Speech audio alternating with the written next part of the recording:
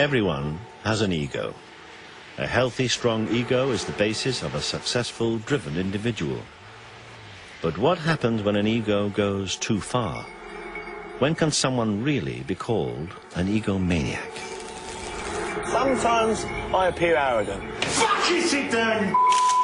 That's only because I'm the best. Everybody seemed very shaken up by September 11th, and I thought, I don't live in New York. What's it like to cross an egomaniac? I became totally lacking in confidence. No way was I ever going to have a mental breakdown, but by God, it happened.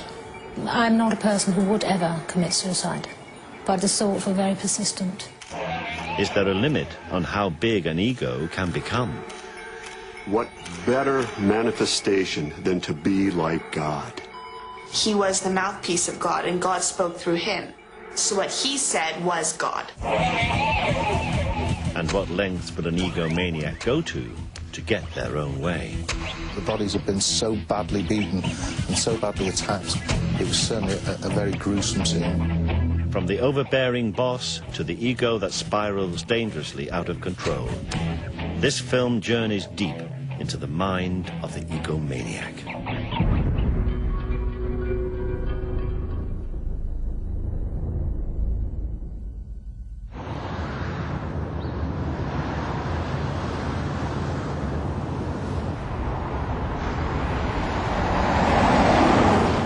It's all right to be arrogant as long as you're not ignorant and you're the best at your job. Okay? And I am the best at my job. So sometimes I appear arrogant. Okay? That's only because I'm the best.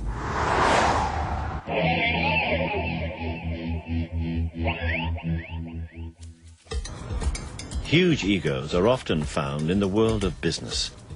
Self-made millionaire Frank Tuff is responsible for creating Europe's biggest market, Camden. Now he wants to repeat the success in Liverpool. Well, yeah, usually they never listen to me, but they will do. One of these days they'll say, oh, golly, he does know what he's talking about. Oh, no, you look after yourself. God bless, mate. Till that way. Bye-bye. 2008, yeah, is European City of Culture.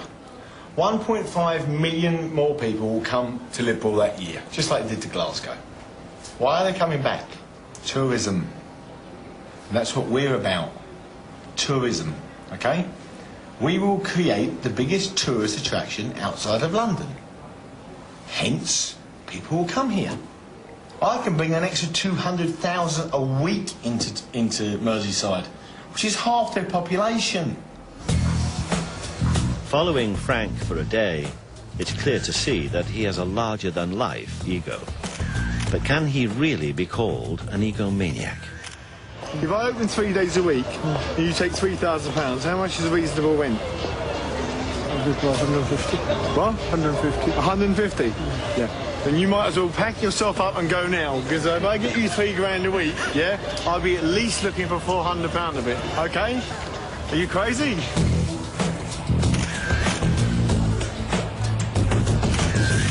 Yeah, he came in, I swear to God, he said, fuck you, fuck you, fuck you, fuck you. And I was, please, take a seat, mate. Just please take a seat. Fucking sit down, you and I'm sorry for using that C word, but, you know, just lost it. And then by the time he got halfway down the corridor, I got past him.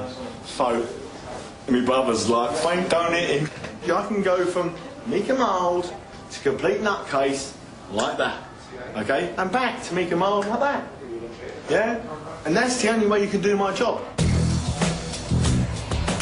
Frank Tuff has got the biggest ego you will ever see in a man. He thinks he is the best at everything. He is, no matter what you've done, where you've been, he's done it and he's done it better. He's the best skier. He's the best racing driver. He's the best boxer. He's the best market operator. He's the best in bed. He's the best at life. He's got the best girlfriends. He's got the best car. Everything you can think of, he thinks he's at the top. And sometimes I think, come back down to earth a little bit. For many, Frank might appear as the ultimate egomaniac. But in today's society, the term is often misused. The true definition of the word relates to something far more sinister. Professor Jeremy Coyd is a forensic psychiatrist. He studied the ego for over 40 years. From teenage truants to mass murdering psychopaths, he's experienced the full spectrum of what the ego is capable of. Ego is a total necessity for all people, that unless you have some sense of yourself and then some sense of importance and individuality of yourself, you have enormous problems. You have enormous problems in life, coping, and you have enormous problems in relating to others. Egomania is an interesting term which is not used by psychologists or psychiatrists. It actually is something that goes back to the 19th century, the idea of being essentially mad in narrow areas of life and behaviour. Egomania, I think it is the layman's term for narcissistic personality disorder, yes.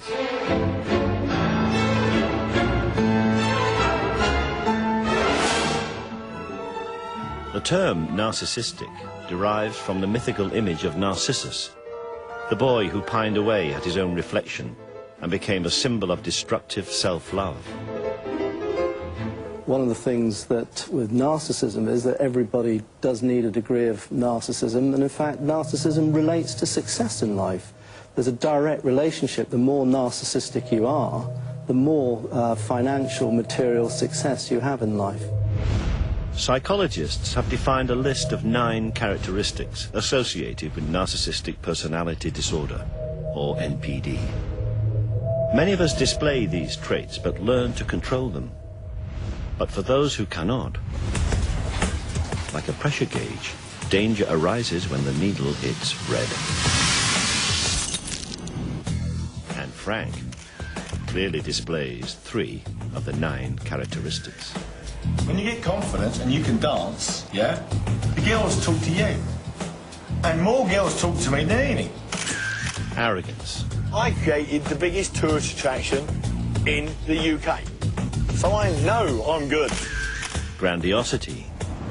But perhaps Frank's most dominant characteristic is preoccupation with success. I drive myself hard because of failure. I never want to fail. Take the pay 105. Bollocks to it. You want something? I'm not a fucking stupid person, you know.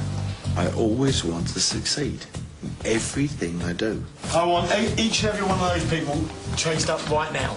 Yeah. Okay? The ones that you know that are here, yeah. Okay, I want them in the next 29 fucking minutes. I want it now. I would call myself a very confident person, not an egomaniac. I would not call myself an egomaniac. He's an idiot. John Whelan, John. Can I shout any fucking louder? I'm a very, very quick learner. Might take me half a year to learn your job. Take me about half an hour to learn his. And about 15 minutes to learn hers. Okay? Sorry about that. That's my ego coming out. Although Frank displays 3 traits associated with narcissistic personality disorder, to be clinically diagnosed, you need to have 5 or more dominating your character at the same time. Such individuals have personalities that can border on the unhealthy. Everybody seemed very shaken up by September 11th, and I thought, I don't live in New York.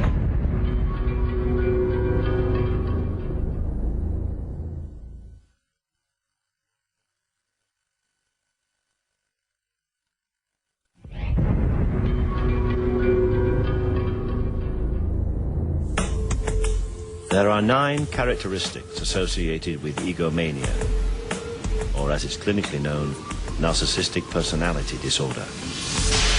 For some, these are controllable, and like a pressure gauge, having 5 or more, all in the red, can define an individual as having NPD. In other words, a true egomaniac. Frank displays the larger-than-life ego that many of us are familiar with. He has 3 traits, and is relatively low on the ladder. But adding just 1 more trait can make a dramatic difference. I'd hear about some disaster and people would go, oh God, I can't believe it, and they'd be obviously shaken.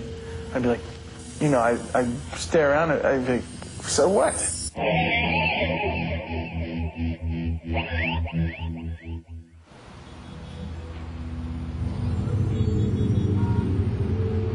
David sits on the next rung of the ladder. He has 4 characteristics associated with NPD, and the most dominant one is a lack of empathy. For fear of losing his job, he wishes to remain anonymous. I felt it very much on September 11th, as a matter of fact. I mean, everybody seemed very shaken up by September 11th. And I thought, I don't live in New York. And I thought, boy, this isn't normal. Normal people don't feel this disconnected from the rest of humanity. I mean, they're not this selfish. Because people in my town were gathering out on the street and hugging and crying on September 11th. And I was just like, wow, something's definitely wrong with me, you know, because I'm not getting this. Lack of empathy is one of the key features of NPD. It's very subtle. They don't really care. They don't care if you're hurt. They won't be sad if you're heartbroken. These individuals are ultimately unable to love. They don't have true, deep feelings of caring for others. But actually, lack of true feelings, lack of feelings of guilt, lack of feelings of remorse in the more severe cases of NPD can actually facilitate you getting what you want. If you don't feel sorry because you've hurt somebody or somebody's lost because you've conned them or you've committed a fraud, then what the hell? You get on. David's lack of empathy not only affects his outlook and attitude to others, it also affects his perception of himself. As a result, some of life's most emotional moments appear to pass him by. I went to my father's funeral, and people, you know, who are barely related to my dad are standing around crying. I wasn't happy that my father died, but, I mean, I wasn't upset enough to cry. And I don't know why that is. I mean, because there's a certain amount of emotional barrenness involved in narcissism. Even what many consider to be the happiest day of their lives leaves David cold. When I got married, from the time I took my vows, I had no intention of being emotionally faithful. I had no intention of being emotionally committed. I probably had no intention of being physically faithful. It was really like I was just doing it because it was expected. You know, like, you want me to get married? Fine, I'll do it. You know, I will show up. I'll go to your wedding, but and I'll say your words, but it means nothing to me. If I meet a bridesmaid there, I don't know what might happen. David paints a lonely existence of someone who has just 4 traits of NPD. To be clinically diagnosed, you need 5 or more. So, how can one tell? Psychologists have devised a simple test. Depending on how many times you answer yes to the following questions, may mean that you suffer from NPD. Do people often fail to appreciate your very special talents or accomplishments? Have people told you that you have too high an opinion of yourself? Do you think a lot about the power, fame, or recognition that will be yours someday? When you have a problem, do you almost always insist on seeing the top person? Is it very important to you that people pay attention to you or admire you in some way? I mean, do you feel that you deserve special treatment? Do you often expect other people to do what you ask without question because of who you are? Do you often find it necessary to step on a few toes to get what you want? Would you say that you're not really interested in other people's problems or feelings? Are you often envious of others? Do you find that there are very few people that are really worth your time and attention? Thank you very much. If you answered yes 5 times or more, it could mean that you have NPD. Malignant Self-Love by Dr. Sam Vaknin is one of the first true attempts to understand a narcissist. The narcissist is addicted to a drug called narcissistic supply.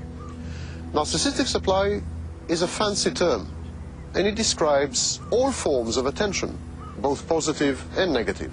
Narcissists are very utilitarian, very pragmatic, and very flexible, multi-purpose machines. They have what I call X-ray vision. They are able, instantly, to diagnose the weaknesses, vulnerabilities, soft spots, predilections, fears, hopes, and emotional needs of everyone around them, and to put it to use instantaneously, relentlessly, and ruthlessly. Narcissists never regret what they do, simply because they do not hold themselves responsible to the consequences of their actions. Crossing these individuals can be a daunting experience, especially if you have to do it on a daily basis. The workplace is a familiar backdrop for tales of the egomaniac. For about 10 years, I experienced incidences of bullying.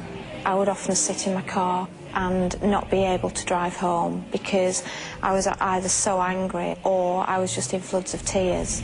The general manager had a habit of breaking down someone's reputation and then building it back up, and I became his target.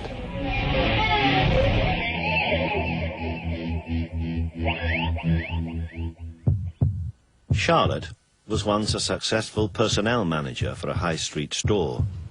Soon her dream job turned into a nightmare when her female boss began to make her life unbearable. When I first met her, she was extremely charming, very friendly and personable, and I felt that we would have a very strong working relationship. It was within a couple of months that things actually started to change. Her behaviour became very, very cool. She became very obtuse with me and seemed to constantly be critical of the work that I was doing. Adrian was a manager at a software company until a new boss joined the firm. My line manager called me into a room for an informal chat. In that chat, it turned out that it was a disciplinary hearing, and he said, "We're going to have to give you a written warning," which was a real surprise to me. And he said, "Well, your performance is being monitored. People are watching you." Ellen, the school teacher, claims the headmistress launched a smear campaign designed to ruin her. The daily inspections became very much an intrusion in my relationship with my pupils. That was what was the most difficult part of it. It made me feel very nervous. It made me feel I was being watched. The black shadow coming into the classroom. Most narcissists become bullies in the workplace. They taunt, they torture, they sadistically inflict pain, sometimes unnecessarily, mainly on their underlings. They are obsequious to the higher-ups and sadists to their underlings. I became totally lacking in confidence. I was feeling ill. I felt crushed. So I knew that I was under greater pressure than I could bear. I didn't feel like getting out of bed. I became extremely explosive at home because I was a complete nightmare to live with. No way was I ever going to have a mental breakdown. But by God, it happened. I'm not a person who would ever commit suicide, but the thoughts were very persistent. Narcissists resent weaknesses, resent vulnerabilities, and as a result, they resent weak people, vulnerable people. That means that narcissists have an inbred aversion to children, the elderly, sick people, weak people, vulnerable people.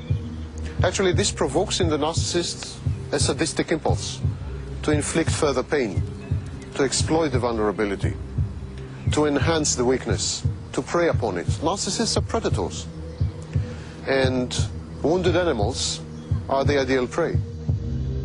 Finding someone with 5 traits or more of NPD isn't easy.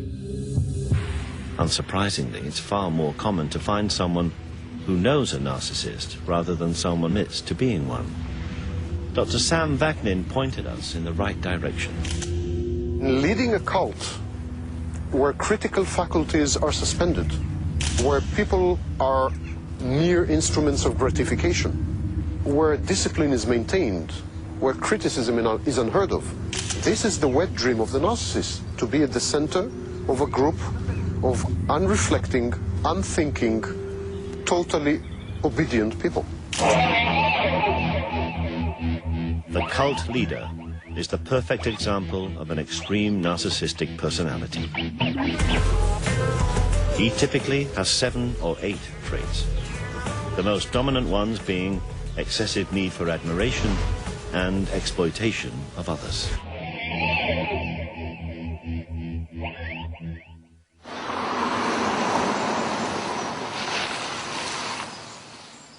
Bob Pardon has studied cults for 15 years. He runs a self-help group for victims and believes religion is the perfect tool for a narcissist to control others. We're going to be dealing this time with narcissistic personality disorder. And a number of years ago, Judy and I came across the material of a man by the name of Sam Vaknin. And you've probably never heard of this man before, but we have found that his material has been extremely helpful to us in working with folks who have come out of destructive groups. Well, from our perspective, the profile of a cult leader seems to fit almost like a hand in a glove a narcissistic personality disorder. MPDs are drawn to cult leadership primarily because religion is tailor-made for their fantasies. What better manifestation than to be like God? Of all the cult leaders, it would be hard to find a bigger egomaniac than David Berg. His cult, the Children of God, which he founded in 1968, ended up mirroring his own worst narcissistic characteristics. It soon became a global movement, expanding to over 130 communes. But for many, it was a prison of exploitation, abuse, and mind control. Some examples of David Berg's narcissistic personality disorder. He certainly had grandiose feelings. I mean, he felt that he was called by God as God's end-time prophet. He was predicting the end of the world numerous times. He was certainly obsessed with fantasies of unlimited success and fame. So there are numerous examples of Berg fitting NPD across the board. For those born into Berg's cult, they had no choice but to follow his idealism, such as the Jones sisters, who witnessed Berg's extreme narcissism from an early age. It was not that Berg was replacing God, it was that he was the mouthpiece of God and God spoke through him. So obviously we couldn't understand God, we were just, you know, the stupid children, and he was the one that was going to explain God to us. So what he said was God. David Berg often said that he was the only one with the wisdom. He was the only one who could interpret biblical prophecy. He was the last prophet of the end. Many religious cults result in mass suicide, but sometimes they are havens for something just as sinister. Berg created his own Bible in order to spread the idea of promiscuity. He was involved in all kind of sexual deviancy. He glorified just sex on a level that is beyond understanding practically. Berg even used his wife Karen to entice new followers. He got this idea, him and Karen Zerby would go out to nightclubs and stuff, and he would get a kick and enjoy watching her flirt with these younger men, or men her age, and you know, and he thought it was a good idea that she should take them back to the hotel room or house and sleep with them. You know, he didn't sell it to the membership as prostitution, he sold it as flirty fishing.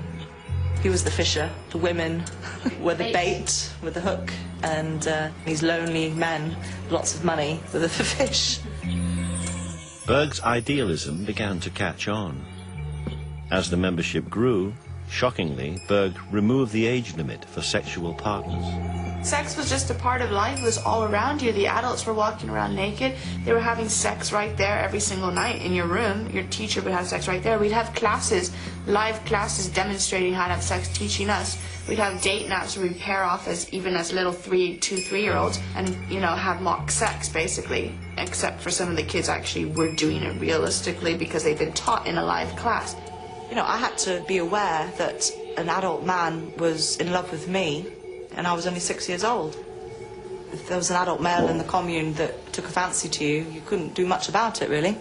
In some cases, even if it wasn't forced, if you weren't raped, it was still abuse because it was an abuse of power. All the adults, there was no one that you could go to complain if anything did happen. Incredibly, Berg led the Children of God for a quarter of a century before his death in 1994. Some will never forget his narcissistic personality. His legacy to our generation is just a lot of pain. I've seen so many hurt individuals. I know a lot of our generation have committed suicide or gotten into drugs, or, you know, it's messed up their lives completely, and a lot of brave ones who have moved on and made something of their lives, and it's very commendable. But to our generation, only harm has come out of David Berg's teachings. With at least 7 out of 9 possible traits of NPD, a cult leader is a dangerous example of a narcissistic personality. But what type of individual would have all 9? Never before has anyone been diagnosed with the full set. Until now. Normally, most individuals have 1 or 2 of the characteristics of narcissistic personality. Brian had 9. All 9.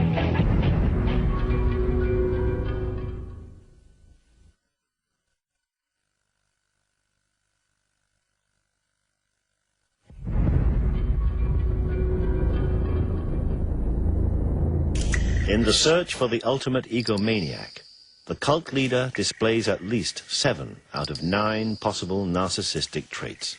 Usually, with hundreds of followers, the cult leader is easy to spot. But would it be as easy to spot someone with all 9 traits before it's too late? Brian Blackwell seemed like the definition of innocence, the nice boy next door. What nobody could foresee was that this 18-year-old intelligent student possessed all 9 possible narcissistic characteristics, making him the most volatile, unpredictable, and dangerous of individuals.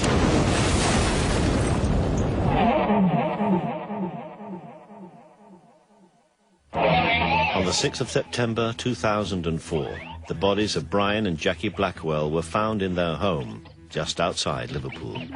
It was certainly a daunting scene.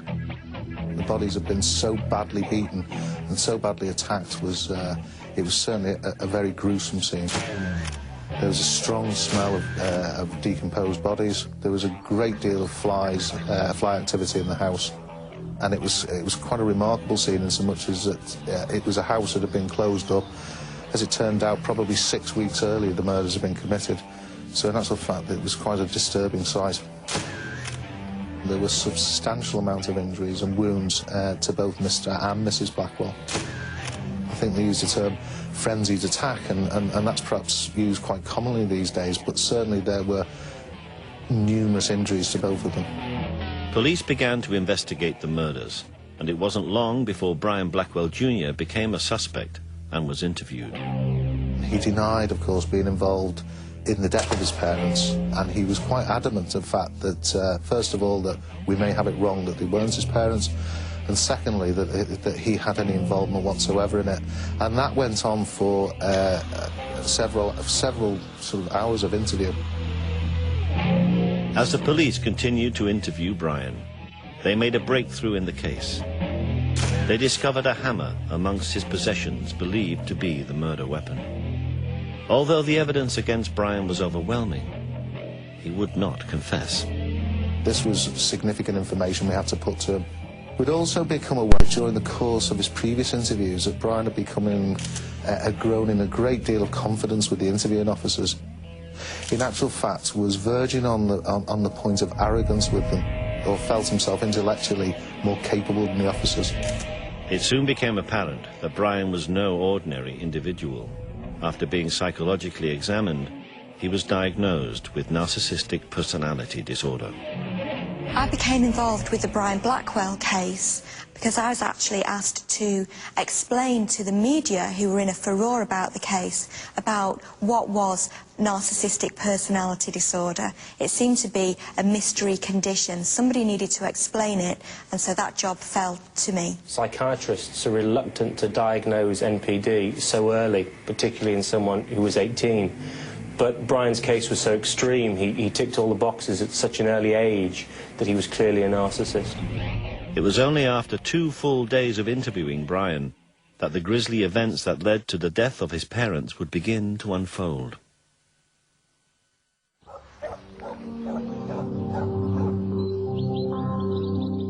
From an early age, growing up in Melling, Brian's behaviour didn't go unnoticed. I always thought he was a bit strange. He didn't dress like a trendy teenager, nothing like. It was like trousers and shoes and... A bit like an old man. A jumper, like them Pringle jumpers, like stuff like that he did there. Yeah. And he wasn't allowed to play with us either when we were kids. Like, he was always at home doing his homework and wasn't the average teenager. Yeah, or teenager, yeah.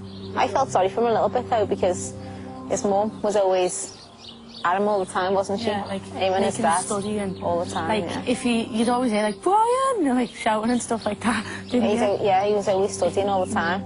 Brian's relationship with his mother is very interesting. It would appear that Jackie Blackwell was quite a difficult person to live with. Most of her emotional needs were met via Brian. She doted on him, and she very much seemed to want to keep him as a younger child. He says that his mother used to control every aspect of his life. When Brian attended Liverpool College, the controlling hand of his mother was never far away. Apparently she chose his clothes, and according to him even went so far as to dress him physically in the morning. He says that she used to bath him also, which of course for a 17-year-old boy is totally inappropriate. He would have perceived that as being very humiliating and intrusive. She ruled him. It was like she dressed him, she told him what to wear, she told him what to eat, what to, just how to do everything. In all these situations, the common thread is not recognizing the boundaries of the child, not accepting the emerging self of the child. The child is not allowed to separate from the parents. Brian Blackwell retreated very much into his fantasy world. So he would spend long periods of time in his bedroom, long periods of time at the weekend just with his parents. The patient creates a false self and replaces his true self with this concoction. He would fantasize about being a brilliant tennis player, somebody who was hugely popular and had all of the trappings of a successful sportsman. The patient then uses the false self to garner and collect narcissistic supply from people around him. Attention, adulation, admiration, affirmation, applause, and even notoriety and infamy are forms of narcissistic supply. Brian's false ego as an international jet-set tennis player took on a life of its own and soon gave Brian the confidence to meet girls. A very important development in the Brian Blackwell case was that he met Amal, a girl at college. Now, there was some competition for Amal's affections, and Brian felt that he really needed to impress her. He told her that he would buy her a car, and he did so. In order to do this, he needed to access money, and he had no money of his own, so he used any means necessary. Without his parents' knowledge, Brian emptied a trust fund to finance his make-believe celebrity lifestyle. He also employed her as his secretary. Now, this was a fictitious position. She believed that he was sponsored by Nike and Fisher because he was a tennis player. Now, he had no such sponsorship. He wrote a very long document detailing Amal's duties as his personal secretary, and he even paid her a cheque for £39,000, which obviously bounced because he only had 9 pence in the bank. The defining moment came when Brian invited Amal on holiday to the States to watch him play in a fictional tennis tournament. She agreed. Now, eventually, he had to stand by his word and take Amal on holiday. And so I think it's significant that the death of his parents occurred the night before he was due to go away. Secretly, using his father's credit card, Brian bought 2 plane tickets to New York over the internet. But after finding them, his parents decided to confront him.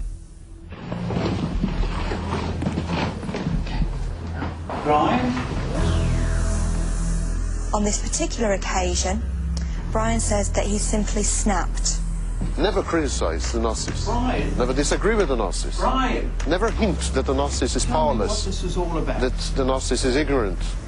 That the narcissist is incapable of doing something. He had been hanging pictures, so a hammer was nearby. Brian picked up the hammer and he attacked his father.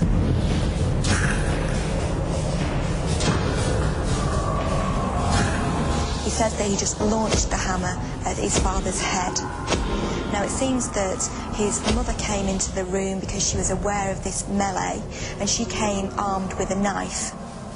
Brian says that he took the knife from her, hit her with the hammer also, and then he stabbed her. He stabbed her around the neck, the chest. He then returned to his father and he stabbed him in the throat and in the chest. He stabbed him at least 23 times, and the force of the blows were quite phenomenal. In fact, his father's false teeth were knocked clean out of his mouth by one blow, which also fractured both sides of his jaw. He dragged his mother by her feet, very unceremoniously, into the bathroom.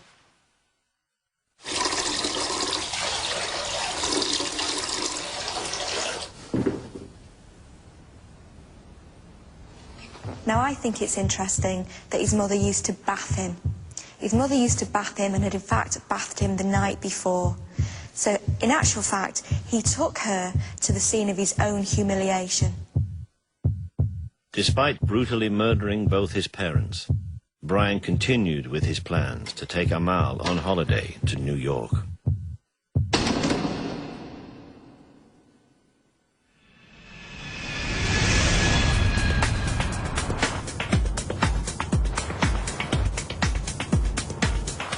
One of the most incredible features of this is that, having killed his parents, that within a very short period of time, he seems to have been able to switch off this awful event, meet up with his girlfriend, go on holiday, to the extent that he then spent almost 2 weeks with her, where she never suspected for a moment, apart from one incident she recalls that he seemed to be getting upset and went into the bathroom and came out minutes later and was fine. And he was able to put this whole horrific event, to the back of his mind.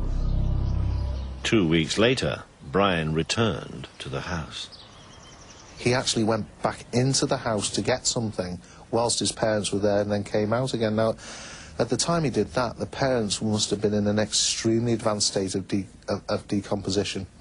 And yet he was able to sort of deal with that, come away and then carry on the facade. It was quite bizarre.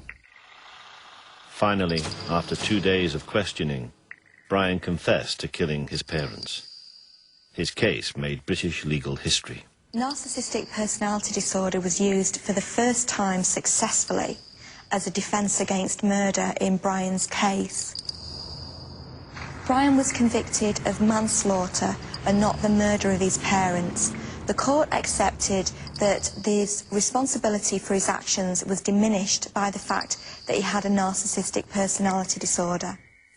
Although Brian Blackwell's charges were reduced, it seems unlikely that he will ever be released. He certainly cannot be interviewed. Actually talking to someone who suffers from all 9 traits of NPD, who wasn't a cult leader or already in prison, appeared to be an impossible task. Narcissists never admit their faults. Narcissists never accept responsibility. It's not like the narcissist is likely to come forward and proudly say, I'm a narcissist, and it's not something to be proud of. And it's not something the narcissist admits to. No, forget this. It's very bad. Bloody hell. Just a second. These kids, shoot them. However, sometimes the answer can be staring you right in the face. Listen, if the answer is not what you expected, cut camera. I repeated it 17 times. Cut.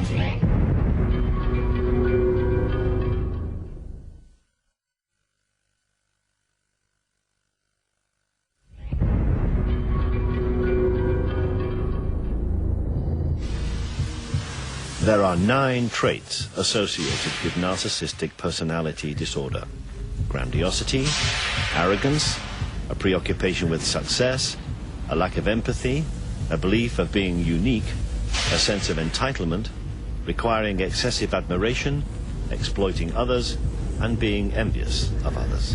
Until now, it seemed as though interviewing someone with all 9 traits wasn't realistic. By definition, it would make them an extremely dangerous individual. But after 2 days of interviewing the world's leading expert on NPD, it soon became clear why Dr. Sam Vaknin was such an authority on the subject. I've been diagnosed with a narcissistic personality disorder, and therefore I'm a narcissist. And all the traits that I've enumerated before exist abundantly within me, I'm afraid.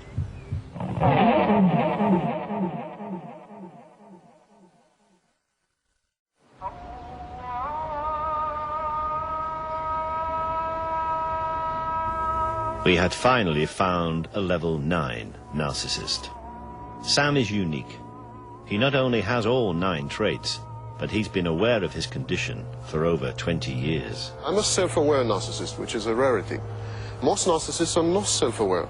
They have no introspection. They don't have the ability to step aside and look at themselves and realize that they are the source of their own misfortunes, defeats and troubles. But self-awareness is not like healing, is not the same as healing. If one is aware that one is a cocaine addict, that doesn't wean him off the drug. In a drastic attempt to cure himself, Sam has lived in a self-imposed exile in Eastern Europe. I was first diagnosed with the narcissistic personality disorder in 1984 or 5. My narcissism affected each and every field of my life. Cut. Let's start from the beginning. Sam's authority on the subject is second to none, but filming a level 9 narcissist was never going to be easy. I'm unable to sustain long-term relationship. I don't feel, I have no emotions that I'm aware of. Just a second, these kids shoot them? I don't know why people are not born adults. Absolutely unnecessary stage. I'm unable to work with other people in teams. I am unable to hold on to a job. Actually, I'm unable to sustain any kind of social interaction. No, forget this. It's very bad. Really? Cut, beginning. And the result, of course, is that I am a social recluse. No, cut. I mean, we start again. Let's go on to the next questions. The thing I really miss, and that I would have liked to experience, is the ability to feel, the ability to emote, and the ability to relate to other people as full-fledged, three-dimensional individuals. That was so-so, but I hope it captured the spirit. I feel sad most of the time. I feel depressed most of the time. I wish I were different. I don't think, however, that this is possible. No, cut that. No, let's start again. Although Sam admits his inability to have any type of emotion, he has a wife, Lydia, who chooses to stay with him, despite his condition.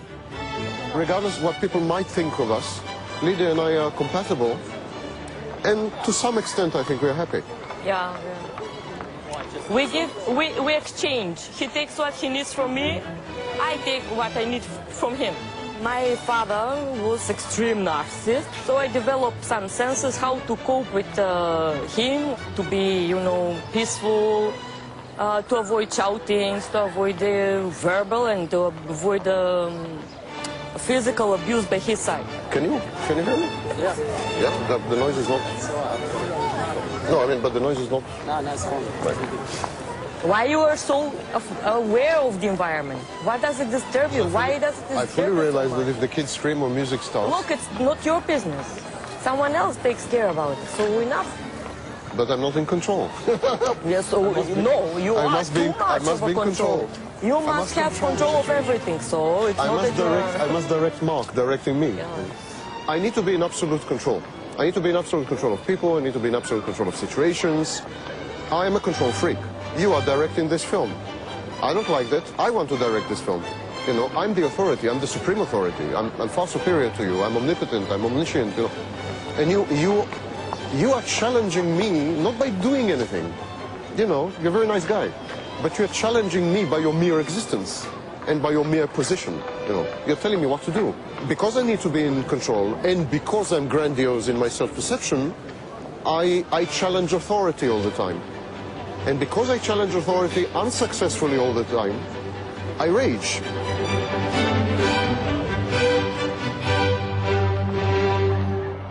Sam is able to offer a unique insight into why an extreme narcissist can suddenly rage uncontrollably, as Brian Blackwell's defense claimed that he'd done.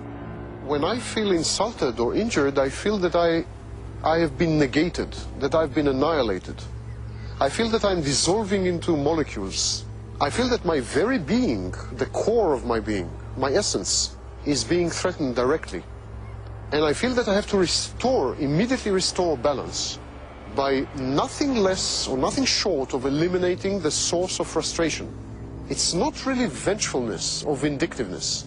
It's a desperate attempt to kill even the slightest hint of criticism or disagreement, threatens the precarious balance that I've created over many years, the balance that constitutes my personality.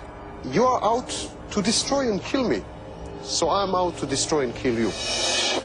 Dr. Sam Vaknin, Brian Blackwell, and cult leader David Burke are all extreme examples of narcissistic personality disorder. But can they be cured? It's very difficult to cure personality disorder. Personality disorder, by its very definition, is an enduring and stable part of somebody's psychological makeup. But what you can do is that you can help people to control their traits. Many therapists and mental health professionals will tell you that narcissism is treatable, that it can be either reversed or utterly cured, or at least some of the behaviors can be modified. And that is largely untrue. Narcissism is the narcissist's personality. You can't cure the narcissist because you can't take away his personality. It's estimated that there are as many as 6 million people worldwide who may be suffering from varying degrees of NPD. But with such an underdiagnosed condition, that number could be far greater.